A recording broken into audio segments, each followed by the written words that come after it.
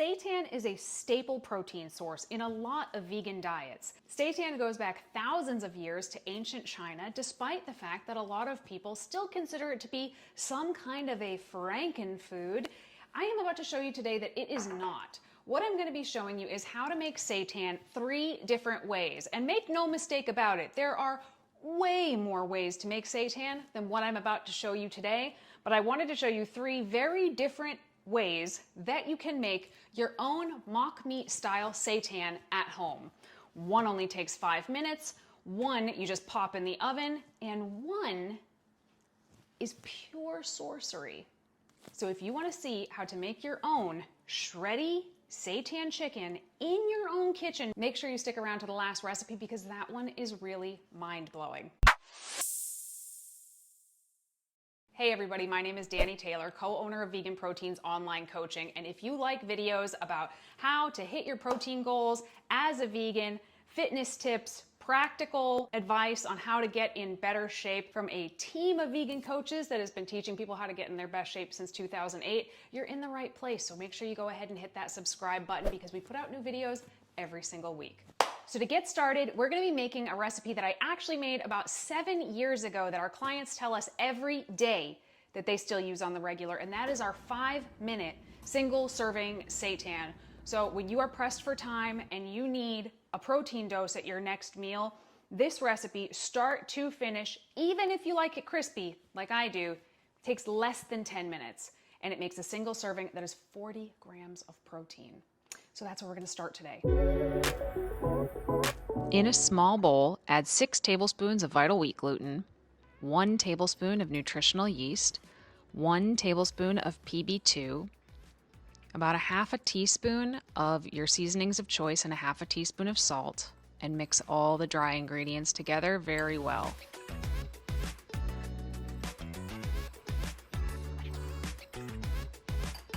Then you're going to add a 1/2 cup of water and 1/2 teaspoon of liquid smoke, and stir that together very well until you have a little ball of dough. If you want, you can multiply this recipe by 10 with the dry mix and just set it aside so that you always have this recipe ready to go by just adding water and liquid smoke. Now I'm using a panini press here with some cooking spray on it, but I've also had a lot of success with a waffle iron doing the exact same thing. And 𝐬𝐻𝐾𝐿 actually just cooks his on the stove, but I prefer it this way, it gets a lot crispier. So I'm gonna press the dough into the iron.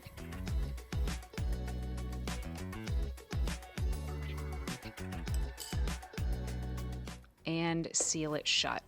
And then depending on the type of texture you like, you can cook it anywhere from 5 to 10 minutes. And when it comes out, it's this sort of seitan, bready sort of recipe, depending on how much water you added and how long you cooked it. And I like to cut it into little sticks so that I can dip it in some dipping sauce alongside some grain and vegetable. And it is the easiest, fastest way to get 40 grams of protein. Every serving of this recipe is 205 calories, 10 grams of carbs, 1/2 gram of fat, and 40 grams of protein. Recipe number 2, a little bit more complicated than recipe number 1, but still very, very simple, and actually the first seitan recipe that I ever made. What I love about all of these recipes actually is that you can season them however you like. This is just what I have on hand today. This is sort of a dump and bake seitan recipe, and I think you guys are really gonna like its simplicity and the volume that it turns out. Start by preheating your oven to 450 degrees. While it's preheating, in a large bowl, add 2 cups of vital wheat gluten, 1/2 cup of nutritional yeast, spices of your choice here. So this is about 2.5 teaspoons of spices. I used garlic, onion, black pepper, rosemary, but I've used so many different spices over the years, it's entirely up to you. And you want to mix that together very well. And then I'm going to add 1.5 cups of vegetable broth, 2 tablespoons of tomato paste. This is tomato paste that I portion and freeze, so the texture of it can sometimes be a little weird when I thaw it. 1/2 teaspoon of maple syrup, or you can use maple extract, and 1.5 teaspoons of liquid smoke, and we're gonna whisk that together.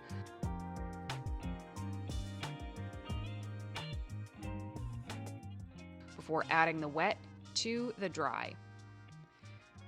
This might seem like, oh, there's not enough liquid here. That's totally normal, but give it some time before you add more liquid. You can add more if you need to, but once you start kneading it with your hands, it really does start to absorb all of the liquid quite well. I like to knead it in the bowl for a little bit to get all the dry bits off the side, and then I'm gonna knead it on my counter. I know I sped this up, but it's about 3 minutes or so that I kneaded this, and then I kind of form it into a log or a bread shape, put it in a bread pan that I sprayed with cooking oil. Spray the tin foil with a little cooking oil before flipping it over and sealing that shut.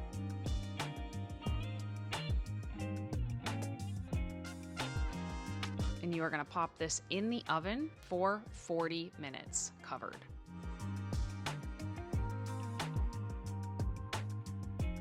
After 40 minutes, go ahead and remove it and just take the foil off, and you're going to pop it back in the oven for another 10 minutes.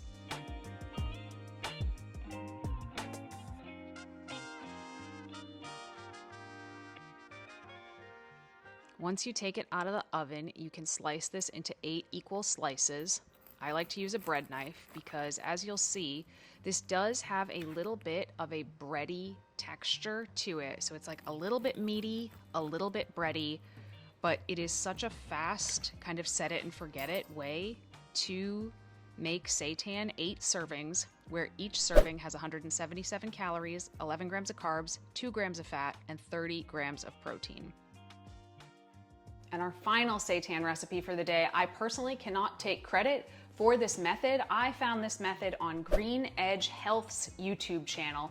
This is a video from about 3 years ago, and it taught me the technique to make the shreddiest seitan chicken I have ever seen. I felt like a sorcerer by the time I was done, and I think you guys are going to too. But if you haven't checked out his channel, I'm gonna link it in the description down below. Go give him a follow. The other videos are great as well. This recipe is a little bit more labor intensive, and you're going to need a fairly strong food processor in order to pull this off, but I think the payoff is worth it if you've never made this kind of seitan before, and the macros, as usual, are outstanding. I'm very excited to show you guys this recipe. Directly in your food processor, you're gonna put 2 cups of water, 1.5 tablespoons of Better Than Bouillon paste. You could also use miso. 1/4 cup of nutritional yeast. This bowl of spices is a tablespoon of onion powder, 2 teaspoons of garlic powder, 1/2 teaspoon of pepper, and 1/2 teaspoon of poultry seasoning, a tablespoon of vinegar. And we are gonna blend that all together until it's smooth.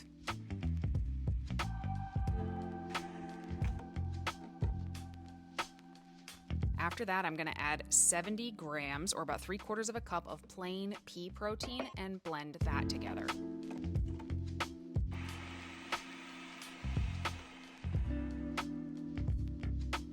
Now we're gonna add our 1 2/3 cup of vital wheat gluten.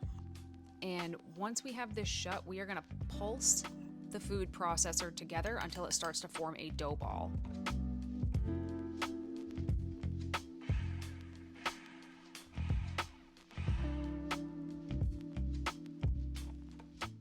So that was still a little dry. We're gonna do just a little bit more here. Perfect. Dump that into a bowl for now.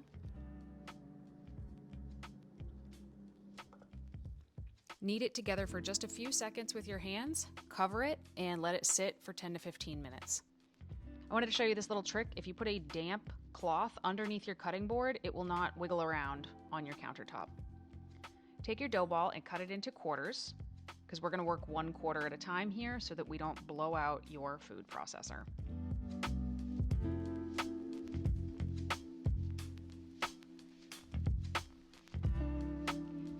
Using 1/4 at a time, put it into your food processor, close it, and we're gonna run it on high for 2 full minutes, but we're gonna check on it after 60 seconds.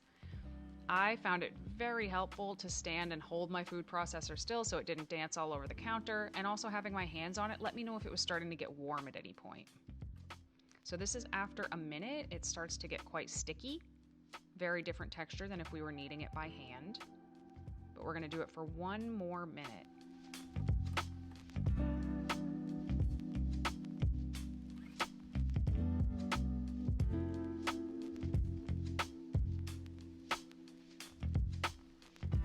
Okay, so now we're at 2 minutes here, and you can actually see the threads on the seitan dough already. You can see that starting to form, and when you pull it out, it actually kind of feels like what I imagine warm taffy feels like.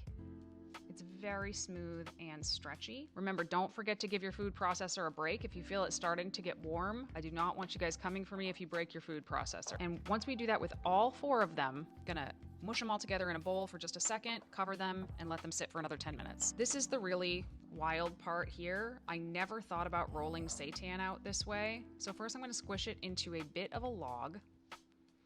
And then I'm going to hold it by one side and swing it around like a propeller. Carefully, of course, make sure nothing close is around you. And this worked so much better than just rolling it, because if you've ever worked with seitan, you know how elastic it is. I'm gonna hold it from the sides and kind of swing it like a jump rope. And I also found kind of squishing my hands down it rather than sort of rolling it around helped me get it quite long. I would say this was about 3 feet or so by the time I was done with this process.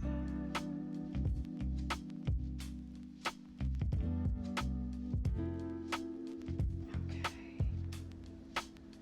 That's the best part.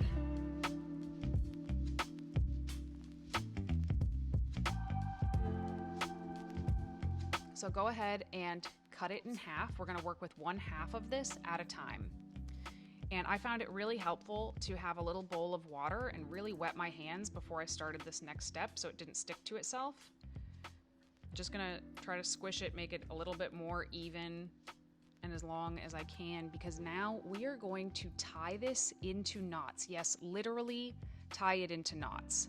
So try to make sure that first knot is right in the center if you can, and get it pretty tight. And then just keep tying it in knots until you sort of reach the ends, and then you're gonna tuck the ends into the ball itself. It looks really weird. 𝐬𝐿𝐫𝐿 and I were both laughing at how it looked as we were doing this, but I'm telling you, this technique really does create something magic.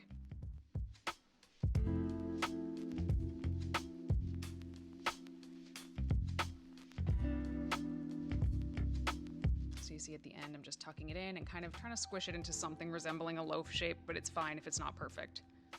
Now we're gonna do the second one in the exact same way. And for some reason, every time I've made this, the second one has always come out better than the first one. I don't know why.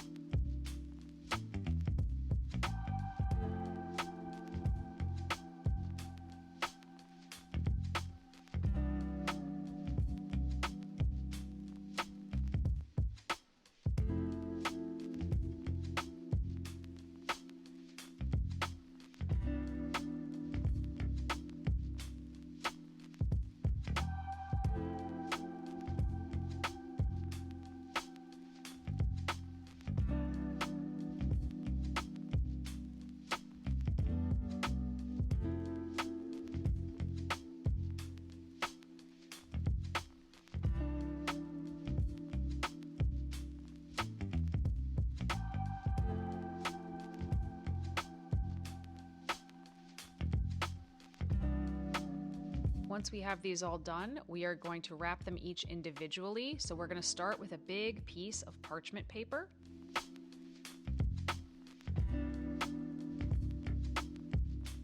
And if your parchment paper is giving you problems, squishing it up like that actually helps it stop rolling around.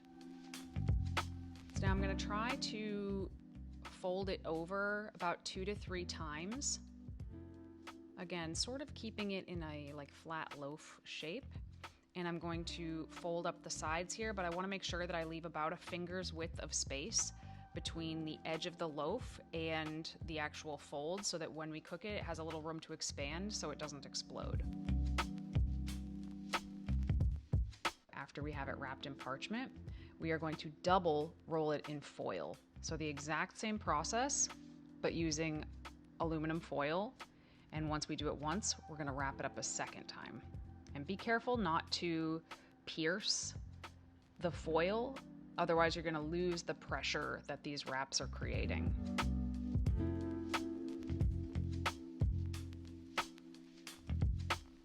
just like we did with the parchment paper, we're gonna try to leave about a finger's width between the edge of my fold and the edge of the loaf itself.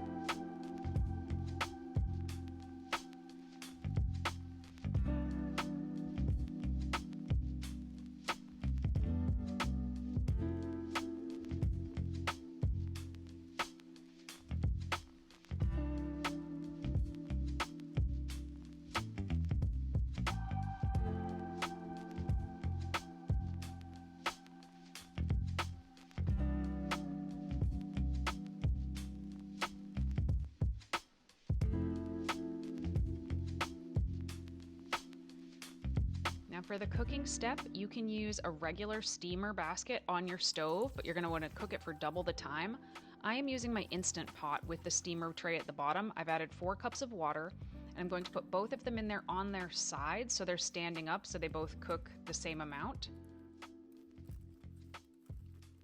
Seal the Instant Pot, and I am going to cook it on manual, on high, for 60 minutes. Let the steam release on its own before you open it back up, and try to let it cool to a point where it's cool enough for you to handle, which I didn't quite do for this video because I wanted to get the filming done with, so it's a little hot for me to handle. You should probably wait a little bit longer for yours. So once you unwrap the cooked loaf, you're gonna kind of break it apart and you're gonna start to see where you tied those knots. So there's 2 different ways to shred this, and I'm gonna show you both ways. This way, I'm literally pulling it apart and sort of untying the knots that I made. It's okay if it comes apart, you are gonna shred it anyway. And then you're just gonna pull the pieces apart with your fingers and put them into a bowl. And I really took my time filming this so that I could show you guys just how shreddy and like fibrous this is, because I had never seen anything like this made in my own kitchen before, and I was just so excited. So this process takes a little while, but it's pretty fun actually. And if your shreds are quite long like mine are here, you can also chop them a little bit so that they're shorter and more manageable.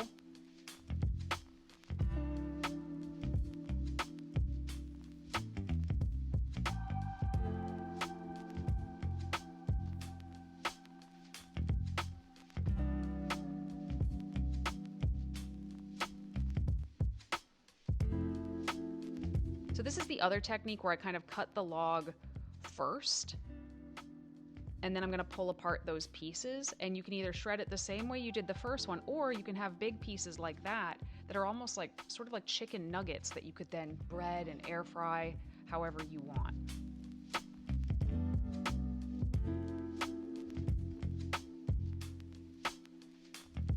See, pieces like this are like little nugget pieces. And this one goes a little bit faster as well.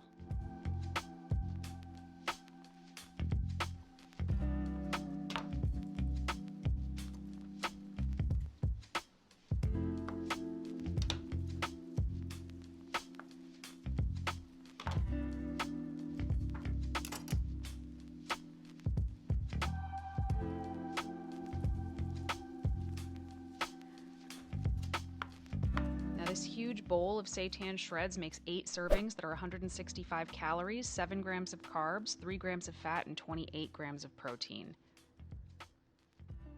And there you have it, our 3 seitan recipes laid out here for you.